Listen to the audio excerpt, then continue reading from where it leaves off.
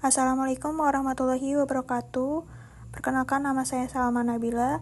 Di sini saya akan mempresentasikan hasil penelitian saya yang berjudul Analisis Rasio Profitabilitas, Likuiditas, dan Solvabilitas untuk menilai kinerja keuangan pada PT Hero Supermarket Tbk periode 2014 sampai 2023. Alasan saya mengambil jurnal analisis yaitu karena untuk menilai kesehatan dan kinerja suatu perusahaan.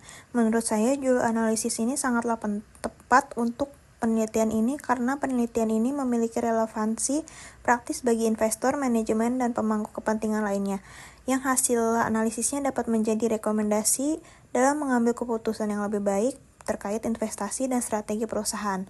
Pendekatan analisis dengan rasio keuangan dapat memberikan gambaran yang komprehensif tentang kinerja keuangan.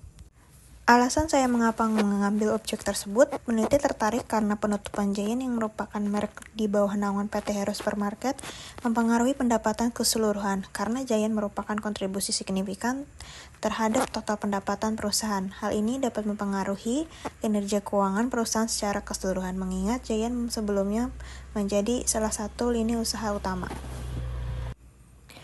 Apa maksud dari skripsi yang saya buat?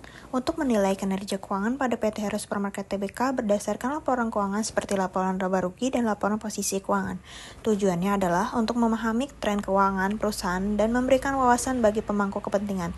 Penelitian ini diharapkan dapat menghasilkan gambaran yang jelas mengenai kinerja keuangan perusahaan, serta rekomendasi untuk perbaikan atau strategi masa depan. Bab 1 ada pendahuluan latar belakang.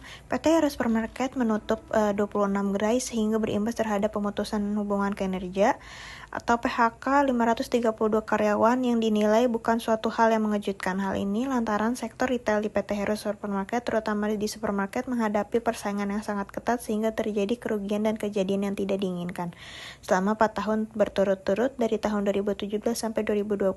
Selain itu, kejadian yang tidak diinginkan juga terjadi pada tahun 2020 berupa kerugian yang lebih besar dari tahun sebelumnya.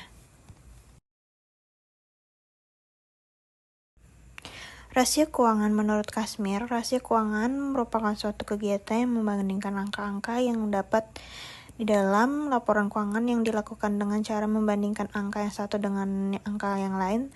Angka tersebut dapat dibandingkan berupa angka dalam satu periode maupun dengan berupa beberapa periode.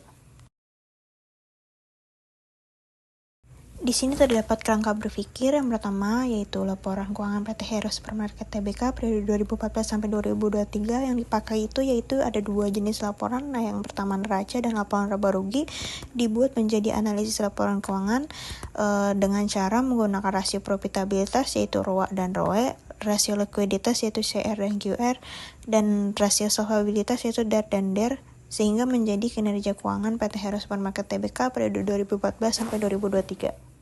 Selanjutnya yaitu bab 3, yaitu metodologi penelitian. Teknik analisis data dalam penelitian ini adalah dengan metode deskriptif kuantitatif melakukan pengolahan data-data finansial perusahaan dalam bentuk laporan keuangan. Operasional variabel penelitian itu yang X1-nya saya memakai rasio profitabilitas, X2-nya saya memakai rasio likuiditas, X3-nya saya menggunakan rasio solvabilitas, dan Y-nya itu kinerja keuangan. Di bab 4 ada hasil dan pembahasan. Dari semua rasio yang digunakan tidak memenuhi standar industri atau dikatakan kurang baik. Pada rasio profitabilitas, hal ini menunjukkan bahwa perusahaan tidak mampu memberikan imbal hasil yang baik kepada pemegang saham. Solusi yang harus dilakukan perusahaan yaitu melakukan audit biaya untuk menemukan dan mengurangi pengeluaran yang tidak perlu dengan cara mengimplementasikan sistem manajemen persediaan yang lebih baik untuk mengurangi biaya penyimpanan barang dan yang tidak terjual. Pada rasio likuiditas,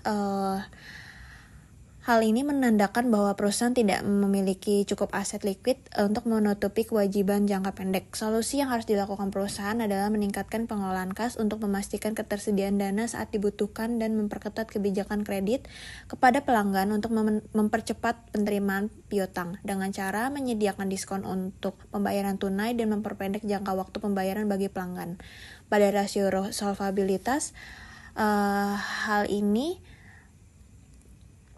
Hal ini menandakan bahwa perusahaan lebih bergantung pada utang untuk membiayai operasionalnya. Solusi yang harus dilakukan perusahaan adalah melakukan negosiasi dengan kreditor untuk mendapatkan suku bunga yang lebih rendah, memperpanjang jangka waktu pembayaran utang, dan fokus pada peningkatan laba untuk mengurangi ketergantungan pada utang. Dengan cara mengkonsolidasikan utang yang ada menjadi satu pinjaman dengan bunga yang lebih rendah. Di bab 5 ada kesimpulan dan saran. Kesimpulannya yaitu kinerja perusahaan dilihat dari rasio profitabilitas berada dalam kondisi kurang baik karena rasio profitabilitas berada di bawah rata-rata standar industri yaitu 40 dan 30%. Yang kedua yaitu kinerja perusahaan dilihat dari rasio likuiditas berada dalam kondisi kurang baik karena rasio likuiditas berada di bawah rata-rata standar industri yaitu 200% dan 40%.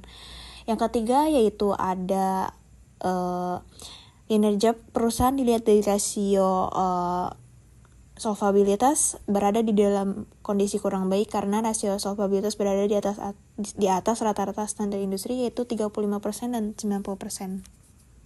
Cukup sekian, kurang lebihnya mohon maaf. Wabillahi taufiq wal hidayah. Wassalamualaikum warahmatullahi wabarakatuh.